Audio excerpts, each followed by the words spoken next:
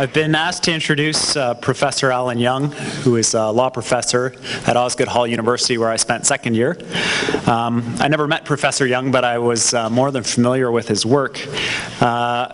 Professor Young has recently been involved in a landmark decision involving sex work and the criminalization of sex work in Canadian law in Ontario. And it's a sister case to a case that is taking place on the West Coast, also involving very similar issues. And I'd first like to say that knowing the challenges that my colleagues on the West Coast have faced in building up trust and relationships with sex workers to bring forward such a case, it is clear evidence of Professor Young's credibility in the community and his ability to work with people that he was able to bring this case forward in partnership with some very brave sex workers that were willing to speak out about the conditions that they face. There are some reasons, some clear reasons why Professor Young, I believe, was trusted by his clients to bring forward their concerns. And a lot of it involves his history. He's been involved in free speech issues around challenging so-called drug literature that was prohibited by the criminal code. He was involved in the bondage bungalow dominatrix case. I don't know how many of you are familiar with that one. In 98 and 2000, very early days around medicinal marijuana, he was very involved in challenges, including Terry Parker's challenge of the prohibition on using marijuana as medicine. Mr. Parker had very serious epileptic seizures that were made better by his use of marijuana. And that successful challenge really rewrote the rules around using marijuana as medicine. And since then, he's worked with people who are positive, people who have MS, people who have cancer, and making sure that they can ease their nausea and their pain and that they're able to sleep if marijuana helps them to do that. Very brave litigation. His book perhaps says a lot about his sense of humor. The title is Justice Defiled: Perverts, Potheads, Serial Killers, and Lawyers. He is also clearly very respected by his students. In the wake of the Bedford decision, I was reading a Maclean's, don't hold it against me, I was reading Maclean's article about him, and there was a comment underneath. The article was called "The Luckiest Law Students in the World," and the comment said this: "You better believe we're the luckiest law students in the country. I'm very proud to be an Osgoode student, and I have Alan Young as my criminal law prof this afternoon. We're all looking forward to class. As a side note, he's an incredible professor. He's very gregarious and engaging. We're all very proud of his accomplishment this week." And I got to tell you, being a law prof, getting those kinds of kudos from a very difficult to please audience, perhaps the most difficult to please audience, is quite an accomplishment. To take things back a little bit to a serious note, and why we're raising the issue of sex work as the network, and why we asked Professor Young to be here. Sex workers, both male and female, face some of the most terrible conditions, the most serious human rights violations in Vancouver.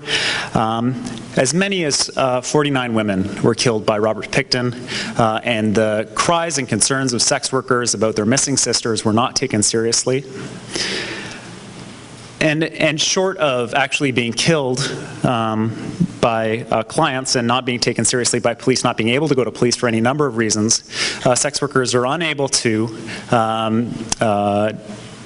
in many cases, in the work situations that they face because of the prohibitions in our criminal law, protect themselves to ensure that they're not exposed to HIV or other sexually transmitted diseases. If they are so exposed, they don't get to access workplace protections. And all of this despite the fact that they are required to pay taxes, that many of them pay license fees to cities, that they advertise very openly in many mainstream magazines. Their money is taken by almost every segment of society, and yet we do not return any protections to them as far as I can see. And so that is why this case is so important, and that is why I am so grateful that Professor Young is here to talk to us about his case, the Bedford case, and his clients, who in my mind are some real heroes, and why they brought this case forward. Please join me in welcoming Professor Young.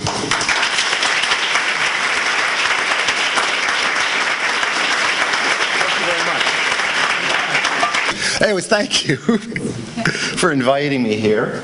I'm actually very pleased to be here. That's usually a very disingenuous comment everybody makes when they start to give a speech, you know, and this is the best concert I've given in my life. Toronto's the best place. The reason why I'm actually being genuine is because In the introduction, they used the word brave and courage, and it really wasn't about that. But when I started the case, before it was successful, I got a lot of criticism.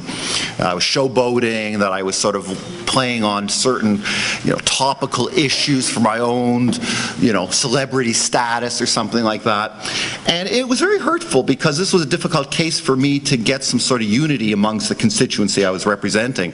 And while I was preparing the case, I happened, during my research, to come across a report done by this organization, by Richard, and it was remarkable because it was more or less mirroring or echoing the arguments that I was making. And that gave me the courage and the tenacity to continue, because sometimes in the work I do, I'm sort of a soloist in the legal profession. Don't always get a lot of support from the legal profession. That's why I wrote the book that I did. And it was just really nice to see that somebody and some other organizations were thinking in similar terms as I was, and that's what allowed me to sort of argue this with confidence and with some degree of vigor. Okay, I'm still not sure why you asked me to come here, because quite frankly, I'm really constrained in what I can talk to you about. A lot of people want to talk about the future, what's going to happen if the sex trade is decriminalized, and I have no clue. I mean, I have some ideas, personal ideas, but I didn't bring this case with regime in mind. Constitutional lawyers, we are engaged in demolition. And the architects, no, but seriously, I mean, that's what makes the job easy, because the tough part is rebuilding. The architecture has to come from the sex trade itself, from the people who work within it. And I don't work in the sex trade. I would probably make very little money if I did.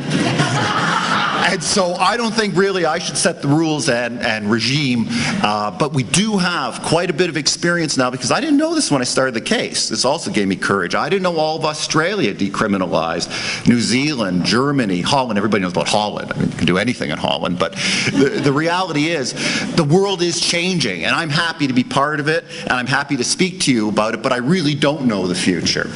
I can't speak about the present, which is the appeal, which is happening on Monday, because it's very awkward, uncomfortable for me to talk about a case and appear as if I'm trying to influence the court outside of the court. So I can't really talk about my strategy. Plus the fact it's interesting, every speech I give, there is somebody from the Department of Justice sitting there making notes. And I gotta tell you, I feel really good about that.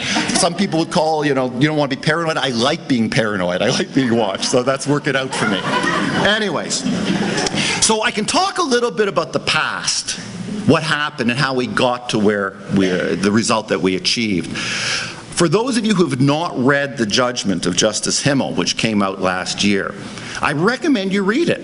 It's a court case that is comprehensible and lucid and reflects exactly what we as applicants were trying to do. That rarely happens. Most of the time when I give a speech after one of my cases, I'm going, boy, the court really didn't get it. So you don't have to read the judgment. Let me tell you what the case is about. I don't have to tell you what the case is about. It's all there.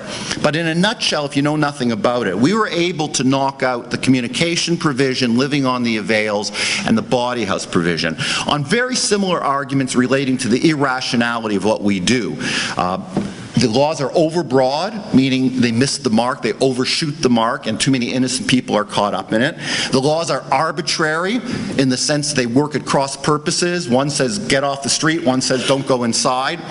And the argument that I was most happy about, because it really reflects the tragedy of the situation, it's called gross disproportionality, where the law, the harms created by the laws grossly outweigh the benefits of the law, and that is the most accurate description of what we do with the sex trade. Very little benefit to society, enormous harm to communities and to the sex workers and to the clients. So, of course, when we did win, I never expected Stephen Harper to say, interesting judgment. We'll take this up in caucus and come up with a new plan. That's what should have happened, okay? Because the law does not work. It's dysfunctional. It doesn't even matter what side of the equation you're on. Everybody agrees that it's dysfunctional. But the government knee-jerk appeals these things, so they buy time. We fast-tracked it. We got a decision last October. We're in court next week. That's fast.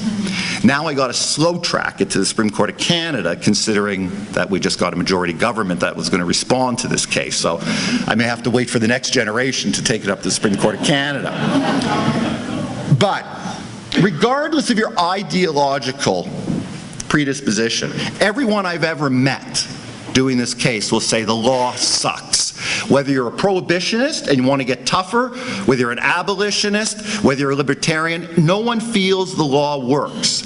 Now, when I went to court, I couldn't really stand up and say, Your Honor, the law sucks. So, which is what you want to say, but you can't, because in law you got to dress it up in fancy language for them to listen. So the reality was, you look through the academic literature, the following words were recurring themes or motifs all the time: inconsistent, irrational, hypocritical, and self-defeating. Almost everybody uses those expressions, and the test for me was how to convert those expressions into a recognizable constitutional doctrine. I'll get to that in a minute, but I'd like to talk a little bit about how do we end up with such a dog's breakfast? And this is a personal opinion, because I don't know how these things happen. They say the two things you don't want to see made are sausages and legislation, okay? So I'm not sure exactly what happened here, but here's what I think I know, because I've actually done a lot of work in the sex trade and in the pornography industry earlier in the 80s. Despite the sexual revolution of the 60s, despite the fact that Sex and the City was an HBO, success, the reality is I still find we're very confused and somewhat hypocritical when it comes to matters of sexuality. Even the most progressive people, there's just something about it, the sanctity of it, I'm not sure, the hedonistic nature of it. It makes our responses rather strange. And when you look at the sex trade, the big picture historically, you just see this fluctuation between periods of tolerance, periods of condemnation, we keep going back and forth, and what we don't talk about, periods of praise, because we haven't been there for a long time. But the sacred temple harlots of ancient Greece were really in the upper echelon of society, the geisha culture of Japan. And quite frankly, you wouldn't be listening to some of that really nice 19th century French piano music or looking at those impressionistic painters if those self-indulgent artists didn't have those very powerful madams in Paris to help them through their neuroses, basically. So there's been a lot of periods. There's been a lot of periods where we've actually praised sex work. Canada inherited the British tradition, which has never praised sex work. It's always gone between condemnation, the white slave trade of the late 19th century, to tolerance, we don't really care, this is a good thing for society, we'll turn a blind eye. That's what we inherited. And we've seen that. We don't talk about the sex trade for decades, and then suddenly there's some moral panic that's created. Well, we were in the middle of a moral panic, and that's what gave rise to this case. It was a false crisis created in the late 70s for a number of reasons. Very odd. The law against street prostitution was called soliciting. The Supreme Court of Canada in 1978, in a case called Hutt, trying to be progressive, interpreted soliciting to mean pressing and persistent. What that meant was you could never enforce the law, because any sex worker with any wherewithal would know, I'm going to be a polite sex worker, and that makes it legal. And that's really what it was. As long as you didn't bug people on the street, you couldn't be prosecuted. At the same time that was happening, the RCMP and a few other police forces were targeting indoor locations. You might remember the tragedy of the Manuel Jacques Shoeshine killing in Toronto, which led to the cleaning up, so-called, of a lot of indoor body houses. Well, at the same time the court was giving almost a license to sex workers on the street, sex workers were being pushed out onto the street from the indoor locations. Suddenly everybody noticed. We have a problem in this country, we must do something about it. And it was a conservative government that was given the mandate to do something about it. And it was a Minister of Justice, you may remember, named John Crosbie. I say no more. Okay? I don't need to be disrespectful, but if you know John Crosbie, you know where I'm going. So, he's the one who came up with the communication law. And his message was really simple. We got to clear the streets. The municipalities are really clamoring for change. Well, we're going to say you can't communicate on the street, which is our message is get off the street. Well, what a beautiful little bit of myopia, really. Think about it. Get off the street, where are you going to go? Crosbie and the conservative government had to realize if they're going to push people off the street, which I don't think is a bad thing, you've got to open up other locations. You can't have it as a contradiction that if you move indoors, it's a more serious criminal offense. So they upped the stakes when you actually try to get off the street. So the question became immediately in 1985, what can we do constitutionally about a law that makes no sense, that's inconsistent and irrational? People were very excited about the charter in the early days. Lawyers, I don't know if people were, but lawyers were. And immediately, challenges were brought to the communication law that were premature and half-baked. They shouldn't have been brought, but we were just very excited to get a ruling on this. And in 1990, on an incomplete record, the Supreme Court of Canada upheld these laws, which is why I had to wait as long as I did to revisit this. But the court really did signal there was a problem. I think the Chief Justice of Canada called the laws bizarre. That's not something judges say very often, by the way. Lemaire called it odd. So we knew there was the seeds, but nothing could be done. They upheld the law. But between 1993 and 2003, some remarkable things happened. One very good and one very tragic. New constitutional doctrines emerged as the Charter evolved that allowed us to challenge the rationality of law. That's the good news. The bad news was new facts were emerging about what was going on the streets of Canada, and they were horrifying. I mean, really, there was times when I was doing this case, I wanted to just shut the lights and sit in the dark for hours, realizing some of the things that were going on in my country. In any event, on the law, what happened was the doctrines of arbitrariness, overbreadth, all got developed after the prostitution reference in 1990. And then in one of my cases, I was given a gift. When I challenged the marijuana prohibition, went up to the Supreme Court of Canada, they said, no, you can't challenge the law by saying marijuana is not harmful. That's not a good argument. But you can challenge the law by saying it's grossly disproportionate, that it causes way more harm than good. And I'm listening to this and thinking, okay, I lost this big case that I really wanted some success in, but thank you. Because I'm coming back in a decade and using your words and throwing them back at you, and let's see what you say about it then. Because as soon as I heard that, I realized that was my key to enter into the review of the sex trade. Because the reality is most of the studies showed the laws were not achieving their purpose, they were just moving bodies around. And here's the bad news. The facts started to emerge of escalating violence. When John Crosby introduced this, it was pretty uniform. In committee, people were saying, you're just going to cause harm to sex workers. You're just going to put them into more isolated areas. And he just said, no, that's not going to happen. And now time has proven him to be incorrect. The government, in fact, commissioned studies to look at this because researchers tell them there's a problem. They get reports that come back and say there is a problem. There is escalating violence on the streets. We should do something about it. Statistics Canada, as of the year 2000, calls the sex trade an occupation at risk. That's the category. It's got a special category. Who else is there? Taxi drivers and police officers. You want to do the numbers? The murders of sex workers, it's got to be at least 20 times higher than taxi drivers and police officers. I don't have the exact figure. I've never calculated it. So we realize there's a problem, and then everything changed in 2002.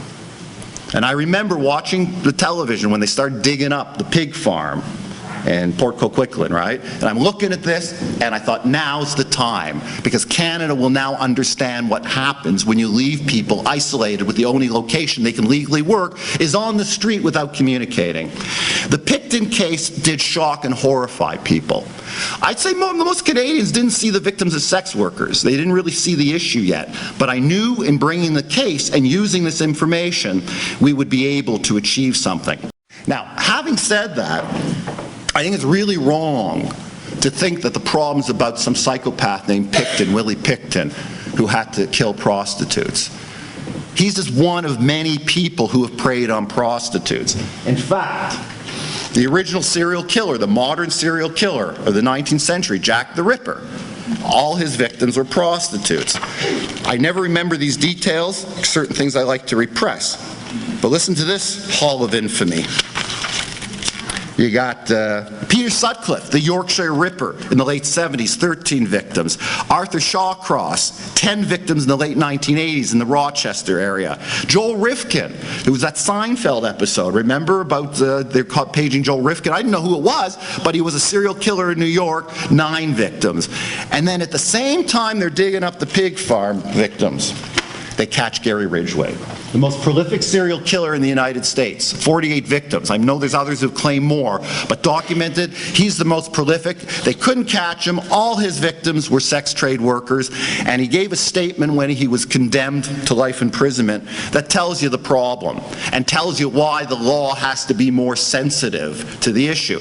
Ridgway says this, says it all. I picked prostitutes as my victims because I hate most prostitutes and I did not want to pay them for sex. That's how simple it can be. But here's where the law gets implicated. I also picked prostitutes as victims because they were easy to pick up without being noticed. I knew they would not be reported missing right away and might never be reported missing. I picked prostitutes because I thought I could kill as many of them as I wanted to without getting caught. And he was right. And why don't these people get caught? The clearance rate on murders of sex workers is running around 30%. The clearance rate for murders of people like you and me is usually around 85% or 75%. We clear a lot of murders because it's a very serious crime, but not when it comes to sex workers.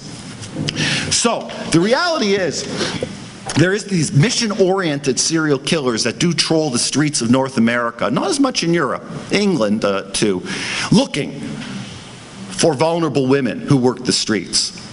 And if you think Picton is our Canadian representative of this problem, let me give you some other numbers right now about the so-called occupation at risk, which Stats Can calls it.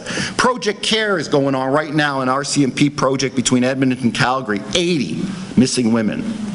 By the way, they won't say they're sex workers. They call women in high-risk professions. I cross-examine them. It's like, okay, what, hot dog vendor? You know, no, but high risk, well, they couldn't name one other than sex work.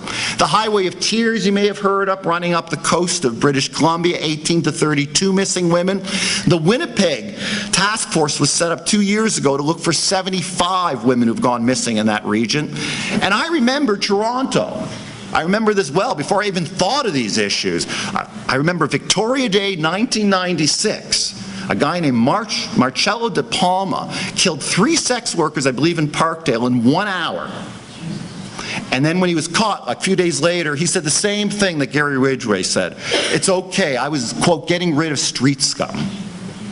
So you've got to take that into account as a legislature, that that's the reality that sex workers live in. Whether you like sex work, you condemn it, it doesn't matter. This is a reality people live in, and it's government's responsibility to protect its citizens. But people say to me, you know, get over it, Alan. Life is full of cruelty. It's full of horrors. There's lots of predators. There's lots of psychopaths. Why are you blaming the government for the actions of people like Gary Ridgway or Joel Rifkin? I'm not blaming the government for their actions. I recognize that the person ultimately responsible is the predator. But listen to the way the law is implicated in this horror. It's directly implicated because the 3 provisions that we invalidated all make it difficult for somebody to protect themselves. And again, regardless of what your moral perspective is, we all have equal protection of the law and the right to protect ourselves. So, John Crosby's baby, communication. I mean, what is that? You can't talk to make a deal?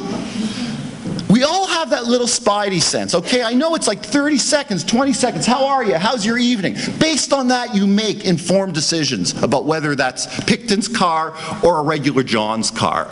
I don't care that it's not that effective. It's not like a screening test and you sit down and I like to ask you questions about your background. It's enough that you are given the ability to talk and the law's saying no. The law's saying jump in the car. That's what the law is telling you. If you want to avoid criminal prosecution, jump in the car and hope for the best. Okay, that's a problem. Now, the law also says you can't move indoors and run a business, even for yourself. Forget big businesses, because that's called a body house. Well, let me tell you what the problem is when you prohibit indoor locations. Let's go back to Picton and the problem on the street. Professor John Lohman tells this story in our case of a place called Grandma's House, where when women were disappearing in the downtown Lower East Side, some of the sex workers got together and said, we're going to rent a location here, and we're going to open it up as a safe house for the street workers to come and turn their tricks here. And it made a lot of sense because people were scared as women were going missing. I don't remember how long it took, but the police shut it down as a body house. So you can see how the judge found the law to be overbroad. Even when people are just doing the bare minimum to help themselves and their physical security, the law is saying, no, that's still against the law. The third section we knocked out, living on the avails, which is usually called a classic pimping section. It's not about pimping. First of all, most sex workers in Canada are independent operators. That's what the statistics show. There are some really nasty psychopaths called pimps out there who exploit sex workers. But living on the avails applies to anybody who provides a service. So if I'm your driver or your bodyguard on an out-call escort, I'm living on your avails by taking your money. Well, the reality is, it's pretty lonely, hard work to do everything alone. And there is some inherent violence in these sexual transactions. So it's good to have somebody as a bodyguard or security. The whole basis of this case for me was about moving indoors where there's a receptionist and a bodyguard, where things can be screened ahead of time, and as they have in some of the situations in Nevada and New South Wales and things like that, they have rooms with panic buttons. There's ways to protect people if you have the will. So in 2001, there was an escort agency charged with living on the avails. The case is called Barrow. And the sex workers and the managers said, listen, we provide a supportive environment for the sex workers. We give them health education, we supply a lot of material assistance to them, and we protect them. And the Court of Appeal said this, and this is going to be my favorite part of next Monday. The Court of Appeal said, we hear you, but the law is the law, and the law says you just can't help people. Maybe you should challenge the law constitutionally. I'm just so excited to read that. I just look at them for a moment and say, I'm here. Okay. So we're going to follow the suggestion of the OCA and try to get this thing upheld in the Court of Appeal.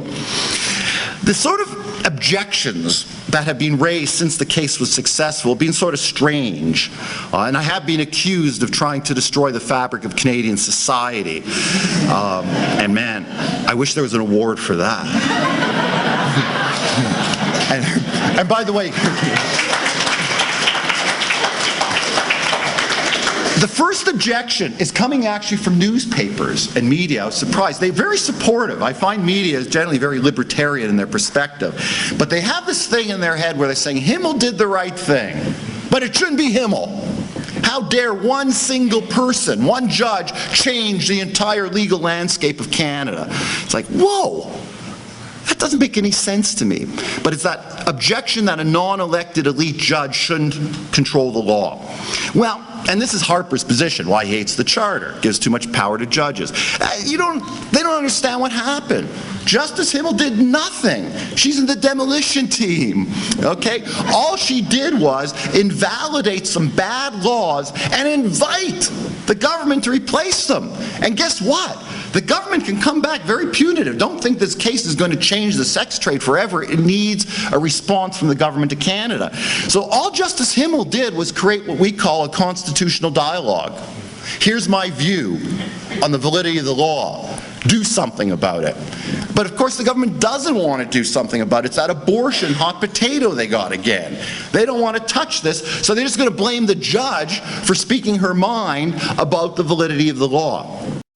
You have to understand, this case was very carefully constructed because I've previously challenged the objectives of government, said they can't prohibit drug use.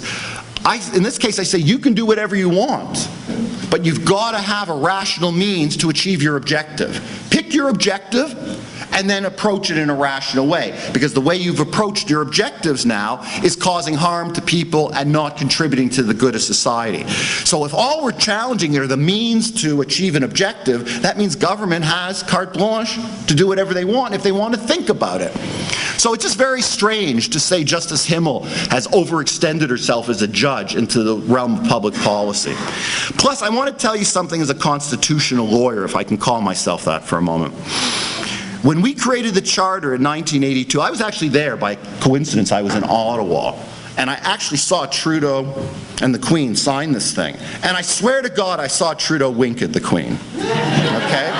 No, I really did see it. Now, he was very debonair, and I don't know what was going on at 24 Sussex later on.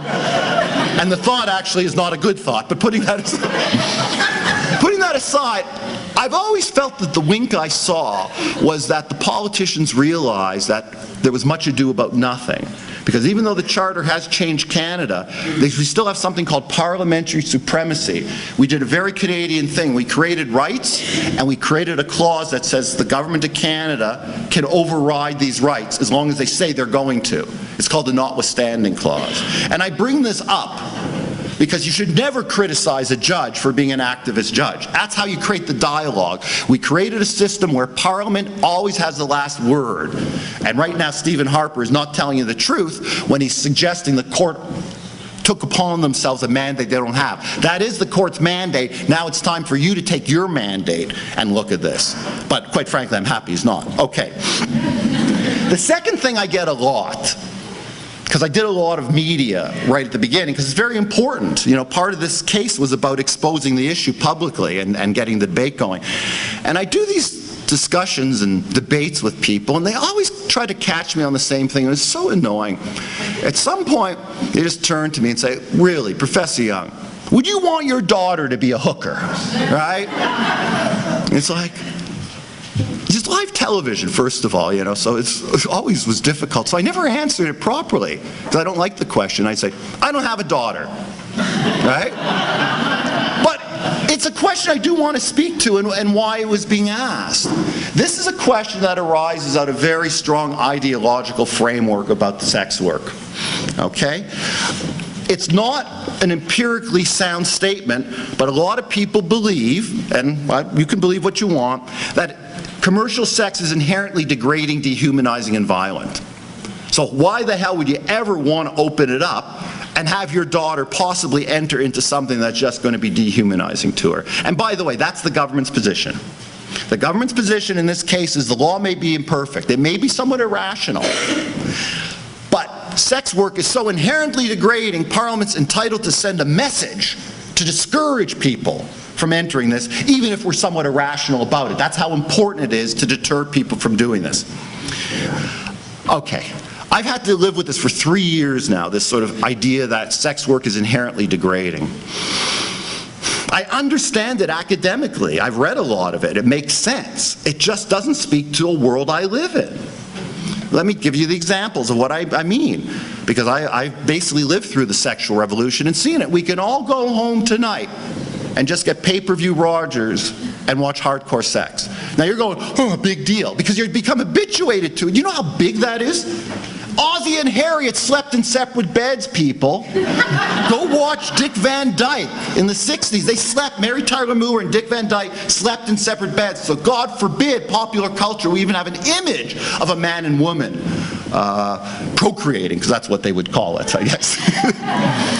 So, I don't know, you know, I'm watching videos and watching Lady Gaga, I'm following the, you know, stories about Charlie Sheen and his goddesses, and I'm thinking, you're telling me commercial sex is inherently degrading? We live in a society that's so highly sexualized, and people make money off of it. Billions of dollars are made sexualizing our society. So why does suddenly we stop short when it comes to selling sex?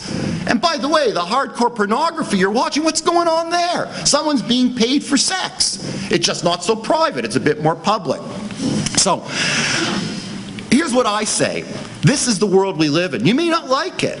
Sometimes I even wonder where it's going, but it is the world we live in. Unless you believe in Vladimir Lenin's idea that politicians can be engineers of your soul, look what happened there. Okay? So I'm not sure it's in the capability of a government of Canada to turn back the clock and bring us back to Ozzie and Harriet. So I think, you know, we got to start being a bit more realistic in our academic positions so they're at least somewhat coherent or cohere with what goes on in society. The bottom line is this. If I have to do one of these shows after the appeal, and somebody says to me, what about your daughter? I'm not going to say I don't have a daughter this time. What I'm going to say is something like this. You're right.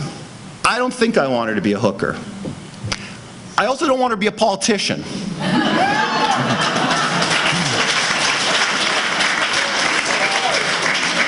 And quite frankly, I don't want her to be a lawyer either. But more importantly than my preferences, if she so chooses to enter the sex trade as her line of work, I think a good parent would say this, and I got to read it because it doesn't come naturally for me. But if she must work in the sex trade, I would not want the law to put her in harm's way. That's the answer I got to give.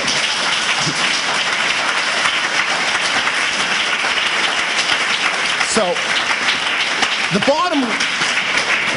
the bottom line is, Government of Canada is entitled to send a message to discourage people from entering the sex trade. That's their mandate. They can do that.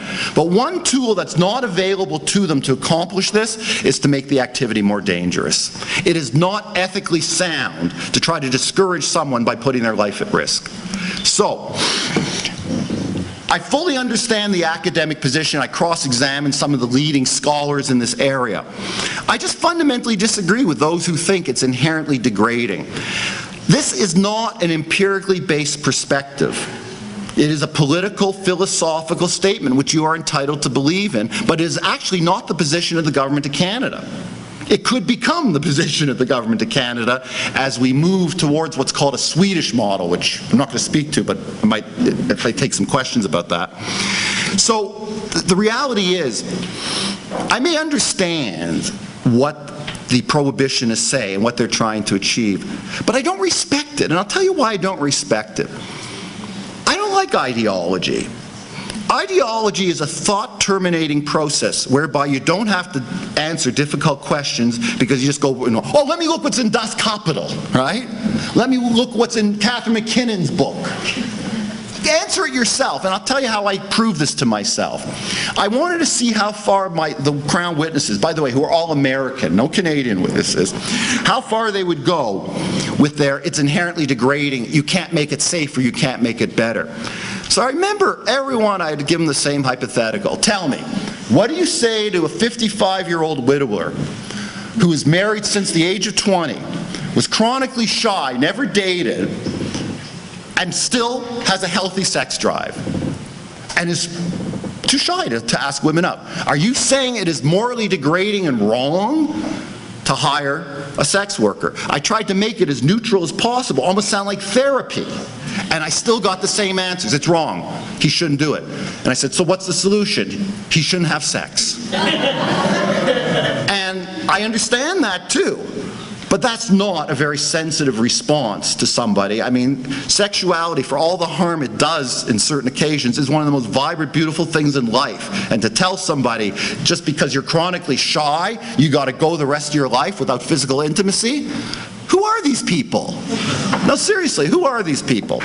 So then I got into the whole idea about indoor versus outdoor, because my whole pitch was empirical evidence shows that indoor sex work is safer. Not completely safe, but safer than outdoor work. And they all show up and say it's the exact same. It doesn't matter. The level of risk is the exact same. It's equally violent indoors and outdoors. And I remember I was cross-examining their only expert who was Canadian. And it went 2 days because he testified in French, and so it goes much slower. So I actually had an occasion to go back to my home and think, how do I get him to agree they're not the same? And so I realized, I showed up the next day, and before he even said hello, just sits down in the corridor and goes, tell me what violence is. So he didn't have a chance to think about it. And I got exactly what I thought I'd get. Violence is a power imbalance between people leading to some degree of emotional turmoil. And I said, so when you're saying indoor sex work is as violent as outdoor sex work, you're talking about turmoil. You're talking about power imbalance. Yeah. You're not talking about whether people are assaulted and kidnapped as much indoor and outdoor. Yeah. And suddenly their whole case fell apart, because they're redefining what violence is to create a beautiful world. Well, you know what? It's not so beautiful, and there's a lot of work situations that have power imbalances that we don't consider inherently morally degrading. They're just power imbalances. And we try to create some sort of balance by giving labor a little bit of empowerment, but we don't just sort of ban the whole activity saying you shouldn't be in it. So then, you know, when I'd ask them, well, tell me why an escort going on location should not be allowed to hire a bodyguard. Because they're all pimps. So I'd say, well, studies show that the vast majority of sex workers aren't pimped. They're independent operators. They're lying, right? And that's how it would go. They're lying. Then I'd read them the Fraser report from 1985, where it says they're independent operators. This is just wrong. They didn't speak to the right people. You know? But here's the thing. The fear of pimp is haunting rational debate. They exist, and I think they're disgusting people, by the way. But the prevalence isn't there. And when you say you shouldn't be able to hire someone who can protect you because you won't be able to discern who's a pimp and who's a protector, well, that's pretty disrespectful of human agency. The real way you go about this, in my opinion, is sex workers should have autonomous choice to make decisions to protect themselves. And they'll find out if they've made a mistake and hook up with some psychopathic person. So we allow them to create their own safe and secure environment, and we take all the money that we target to go after these people, and we put it into creating safety nets for the vast majority of survival sex workers who want to get out. So you don't go after the people that are, I'm not going to say have a good time, but are going in with their eyes open and doing what they want to do, and you put the money into non-law enforcement activities to protect people who are impoverished, drug addicted, and need help. That's the way you operate in a civilized manner. That's the way you operate in a country which says it's dedicated to the rule of law. Ideology is an abstraction. It's fun. I teach at a university, okay? We spend our time just talking ideology, you know? It's like people just pleasuring themselves, really. But it is an abstraction. There are concrete issues of safety and security. You should never allow an abstraction to distract you from consideration of real issues. The inherently degrading perspective is interesting, but would not have saved any of the 26 victims from the pig farm, right? A rational and realistic legal approach to sex work could save lives. And saving lives has to be what law is all about. I've been in law for 28 years. And that's the only thing I can really say when I think, what should law be doing? Protecting us and saving lives. To me, law is of no value and deserves very little respect when it's more concerned with sending out the right moral message than it is with concern for people's basic vulnerability and security. So it's just a question of getting the priorities right, and hopefully this court case will be the first step in changing our priorities to do the right thing. Thanks.